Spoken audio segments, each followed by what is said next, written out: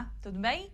Você se lembra que na aula 2 nós fizemos um exercício no qual eu apresentava algumas situações e você tinha que me dizer quantas variáveis a gente precisaria e quais tipos seriam essas variáveis se a gente fosse desenvolver aqueles algoritmos ou programas? Muito bem, eu te sugeri que para algumas situações, as mais fáceis, né? Na verdade, eu só falei para você desconsiderar a situação dos triângulos, né? No qual a gente dizia o tipo do triângulo. Eu sugeri que você pegasse aquelas situações, aqueles enunciados, e transformasse em algoritmos, né? Para exercitar. Então, muito bem, hoje eu trouxe para a gente ver algumas daquelas situações, os algoritmos que resultariam delas, para a gente conferir se você acertou ou se você errou, se chegou perto, como é que você está indo nesse caminho, né? Então, vamos dar uma olhada no slide. A primeira situação é aquela do restaurante Aquilo. A gente tem o quilo da comida, valendo R$ 34,90, e a partir do peso do prato do cliente, eu preciso dizer quanto ele vai pagar. Então, a gente começa o algoritmo, né? Na forma como vimos até agora, com o início, declaro as variáveis e constantes. Lembra que a gente usou o quilo da comida como constante, mas poderia ser uma variável, não precisaria ser uma constante, do tipo real, porque ela tem casa numérica significativa. Criamos uma variável prato, que vai guardar o valor do peso do prato do cliente, também real, porque pode ter casa decimal significativa. E a variável valor underline pagar, que vai ser responsável por armazenar quanto o cliente vai pagar pelo preço do prato de comida dele. Então, a primeira coisa que fazemos é colocar uma mensagem em tela para o usuário saber o que eu quero que ele me informe, né? Então, a gente coloca peso do prato do cliente, tracinho quilos, para ele saber que o peso do prato tem que estar em quilos, né?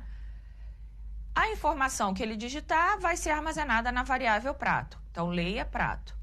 Em seguida, calculamos o valor a pagar, fazendo valor a pagar recebe o prato vezes o quilo. Então, prato é a informação que o usuário acabou de digitar, que é a informação do peso do prato do cliente. E quilo é a constante que nós declaramos lá em cima como R$ 34,90. Depois de calcular, eu preciso mostrar essa informação em tela. Então, eu escrevo valor a pagar, seguido do número que está armazenado na variável valor underline pagar. Então, a conta foi efetuada, prato vezes quilo, e um valor ficou na variável valor pagar. Então, esse valor vai ser exibido logo depois dessa mensagem valor a pagar, R cifrão e o valor, tá? E aí a gente finaliza a primeira situação, que é a do restaurante Aquilo. Uma outra situação que nós vimos foi a da imobiliária, que trabalha com terrenos retangulares e aí precisa de ajuda para calcular a área do terreno. Então, nós vimos que vamos precisar de 3 variáveis. Uma para guardar o resultado da conta que vai resultar na área, outra para a medida da largura do terreno e uma terceira para a profundidade do terreno. Então, novamente, eu vou colocar uma mensagem na tela para o usuário para ele saber que informação eu estou esperando que seja dada. Então, eu coloquei largura do terreno. E aí, o que for digitado, informado, vai ser guardado na variável largura. Depois disso, eu digo para o usuário profundidade do terreno. E aí, ele vai digitar a profundidade, vai confirmar com Enter, e esse valor vai ser armazenado na variável profundidade. Agora que eu tenho o valor da largura e da profundidade, a gente calcula a área. A área recebe largura vezes profundidade, já tenho a informação que a imobiliária precisa, então eu vou exibir área do terreno, seguido do valor que está armazenado na variável área, e finalizo o algoritmo. A terceira situação seria aquela na qual, a partir do peso de uma pessoa, a gente vai falar para ela quanto ela pesaria se engordasse 15% do peso atual e quanto ela pesaria se emagrecesse 20% do peso atual. Então, veja que vamos precisar da variável que vai guardar o peso atual do usuário, uma variável que vai guardar o peso se ela emagrecer, outra que vai guardar o peso se ela engordar e mais uma. E aí a gente vai começar a pedir para esse usuário informar o peso atual e eu vou guardar na variável peso atual. já tenho a informação da qual eu preciso para calcular quanto ele vai pesar se emagrecer, quanto ele vai pesar se engordar. Então, veja, a variável emagrecer vai receber o peso atual menos peso atual vezes 20 dividido por 100. O que é essa expressão que está entre parênteses? É aquela responsável por calcular 20% do peso, né? Então, emagrecer significa perder. Então, eu vou calcular 20% do peso e vou subtrair do peso atual. E engordar significa ganhar. Então, vai ser o peso atual mais peso atual vezes 15 dividido por 100.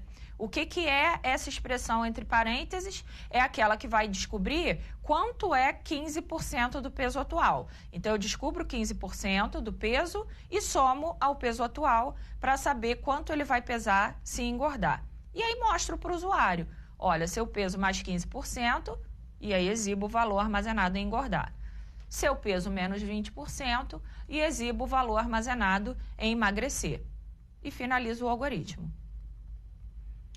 E a última situação foi aquela na qual o menino resolveu quebrar um cofrinho e esse cofrinho só tinha moedas de 25 centavos, 50 centavos e R$1. E aí a sua tarefa é, a partir da quantidade de cada moeda, calcular e exibir quanto foi economizado no total. Então, nós vimos que vamos precisar de uma variável para guardar a quantidade de moedas de 25. Essa variável vai ser do tipo inteiro, porque eu não posso ter 2 moedas e meia de 25 centavos, por exemplo. Então, a quantidade de moedas de 25 vai ser do tipo inteiro. Mesma coisa para a variável de quantidade de moeda de 50 e para a quantidade de 1, né? Então, essas variáveis são do tipo inteiro.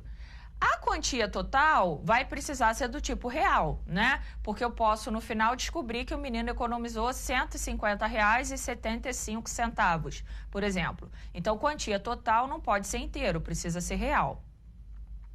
Então, eu coloco uma mensagem em tela para o usuário saber que eu quero que ele me informe a quantidade de moedas de 25 centavos. O valor que ele me informar fica em quantidade de 25. Depois eu peço para ele me dizer qual a quantidade de moedas de 50 centavos. E aí, armazeno essa informação em quantidade 50.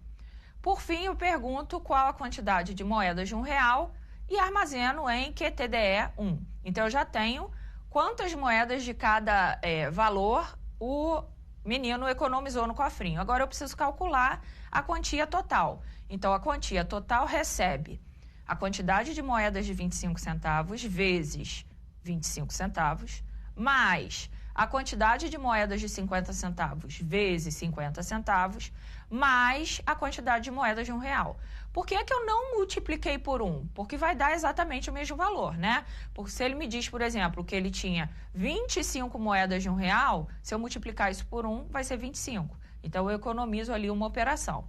E agora eu já sei, em quantia total, o valor total que ele economizou. Então, eu vou exibir essa informação.